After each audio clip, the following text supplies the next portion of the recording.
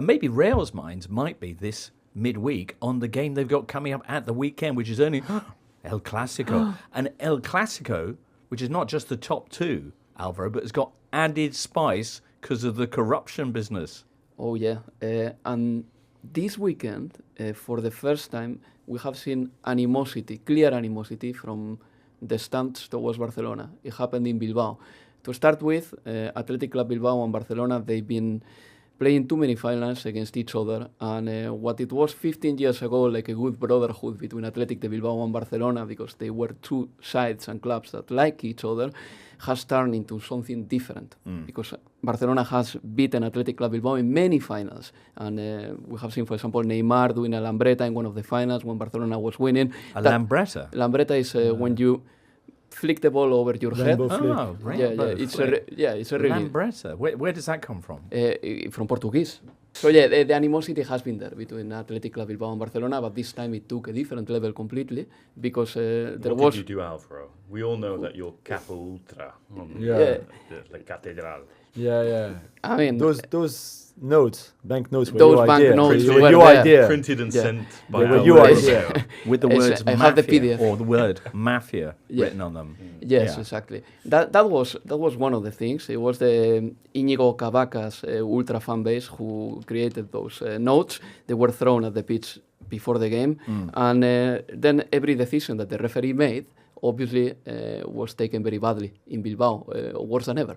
What people shouting ka-ching and that kind of thing. This all coming days after the Spanish prosecutor officially charged Barcelona for continued sporting corruption in relation to their payments to the former referee chief, Jose Maria Enriquez Negreira. Now, the Spanish prosecutor has been joined in his action by who?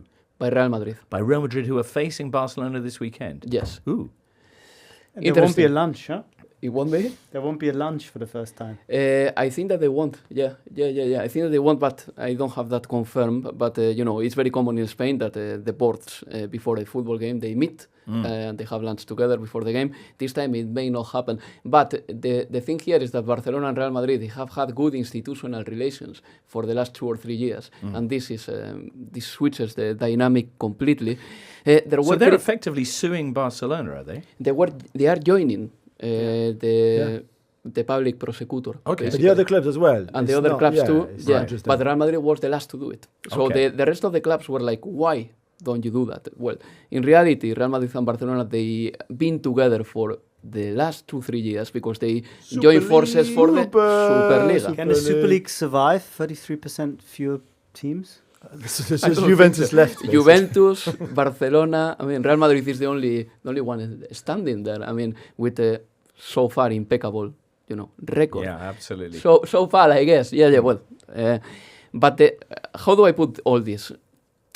I think that Spanish football is in crossroads right now. This is the biggest scandal that has ever happened in Spanish football. From 2001 until 2018, Barcelona paid 7 million to a man, Enriquez Negreira. The Spanish tax office is reporting that Enriquez Negreira just withdrew amounts of up to 20,000. So for very what? Small amounts. Yeah, a small amount, but 20,000 is not such a small amount. Oh, okay, anyway. right. Yeah, up to 20,000, and they will ask him why did you do it and where did this money go? Because imagine that went to the pocket of a referee, for example. But the investigations will be on course. The important thing is that 2 weeks ago we are saying La Liga cannot take Barcelona to court because that prescribed or that was time barred according to La Liga's regulations. La Liga's rules say that after 3 years the things are time barred. Sure, yeah. But the public prosecutor could, but they had to do it before June, and they have done it already. And they've done it? Yeah. Wow. Is there a way that it could be proven that Negreira influenced the referees or anything like that? Because this is the thing. We talked about it before in Calciopoli. They had wiretape. Sorry. They had wiretapes. They had proofs that they were discussing the referees and doing this and doing that. In this case, even if this morning we learned that Sandro Rosell told Laporta what they were doing back in 2003, I think it was, saying like we're paying him and we have to keep paying him for the referees to be good with us. Is that enough to prove anything?